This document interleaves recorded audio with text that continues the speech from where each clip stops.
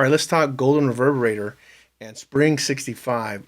This is one of my favorite reverbs ever. In fact, one of my favorite tanks ever, and I'll tell you why. We remodeled three different tanks from three different eras of these 60s amps. One important thing that we did was model the tubes going to and from the tank, because I colored the sound enough to where the tank actually needed the drive of the tube and this sort of compression and harmonics that come from the tube circuit. So I'm going to show you the differences. So let me give you the A tank. This is a bright tank. It's got a nice splatter to it and this cool mechanical hit when you kind of tag your guitar hard. So.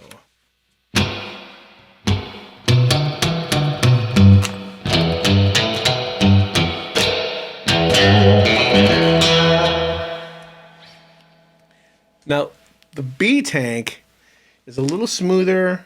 It's got a more of a soft top end and a little more bass.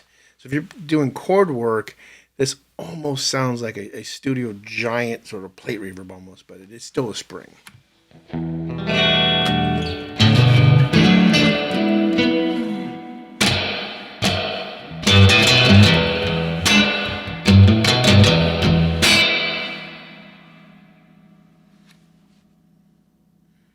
don't know if you can hear that, but there's probably about 6 or 7 seconds of the tank that just kind of settles out. Spring tanks always have this initial mechanical hit, the actual decay time, and this sort of ocean of sounds that keep going.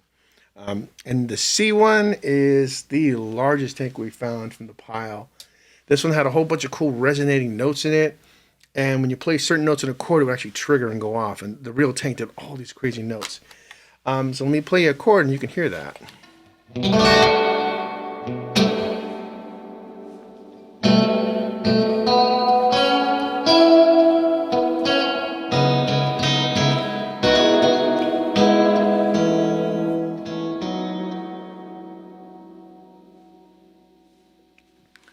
Now we can exaggerate that so we want to give it some space. We use the Wow and Flutter from the EP3 to add space to these.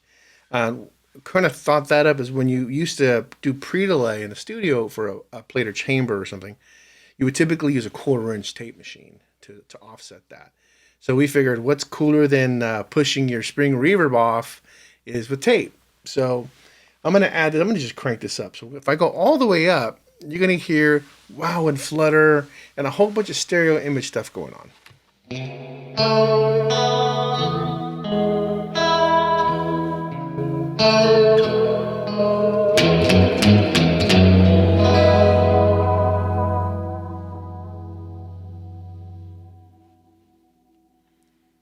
All right, let's talk Plate 140. This is based on probably the classic reverb used on every record ever. Still to this day, if you got a great vocal or a melody line, putting some plate reverb under it just gives it this sort of air. And it never gets in the way. It's smooth, and the trails are just nice and even as it decays out. So let me just show you what that sounds like.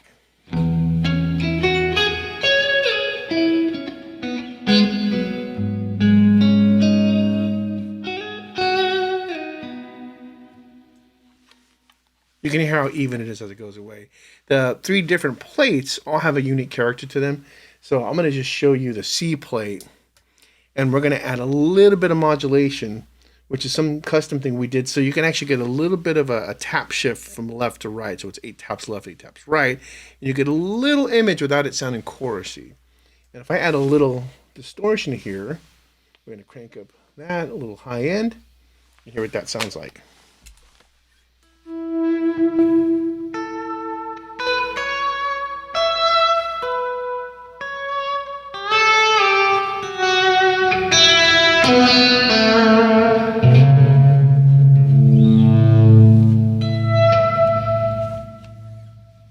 You can hear how it has a really nice even quality to it. You just can't go wrong with that. It works for everything.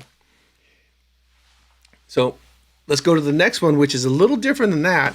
We're going to go to Hall 224. And this is a digital delay that used to be rack mounted under the desk and had a little white controller on top of the console with sliders. A lot of folks use these for drums, for creating spatial effects, and even just for a straight up like room or hall. So I'm going to start us in the room sound. Let's go to this here. And I'll give you a straight sound with just a little bit of space to it.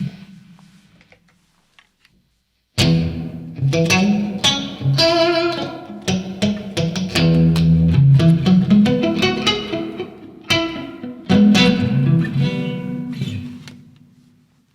one cool thing about this is you have control of those faders from the original unit, and it's set up here. So decay is actually the mid decay, bass is bass decay, and treble decay over here. So if I push the treble decay, you're going to hear just the high frequency section of the reverb go out.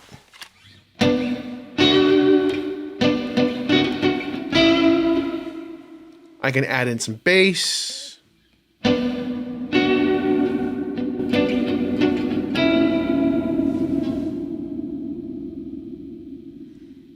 And I can grab the mids. And now I'm going to start getting some spacey sounds here.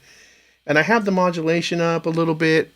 And you're going to notice this really nice pad around the chords.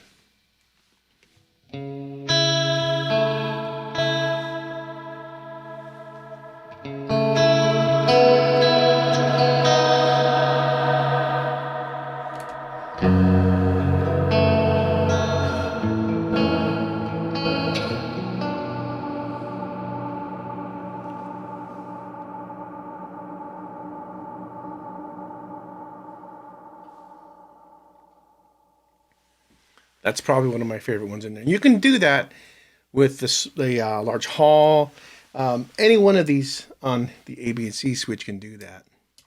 So you can have a lot of fun with that. A lot of people call those the Blade Runner type effects. So I'll do you one more on the C and just put a lot of bass content.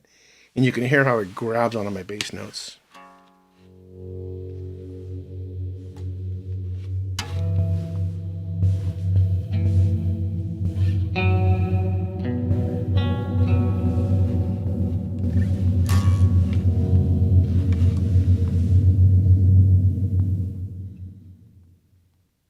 There you go. Now, when you register your pedal, you get 3 more sounds from the 224. So if I go over and hit this one more time, you're on the green side, you get 3 more sounds.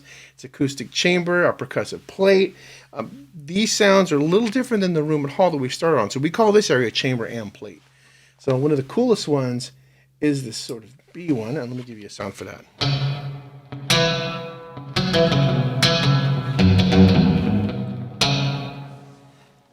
You can hear how it's got a really big attack at the start, and it kind of drops fast. So you can use that kind of in an exaggerated way just to give yourself a little bit of that.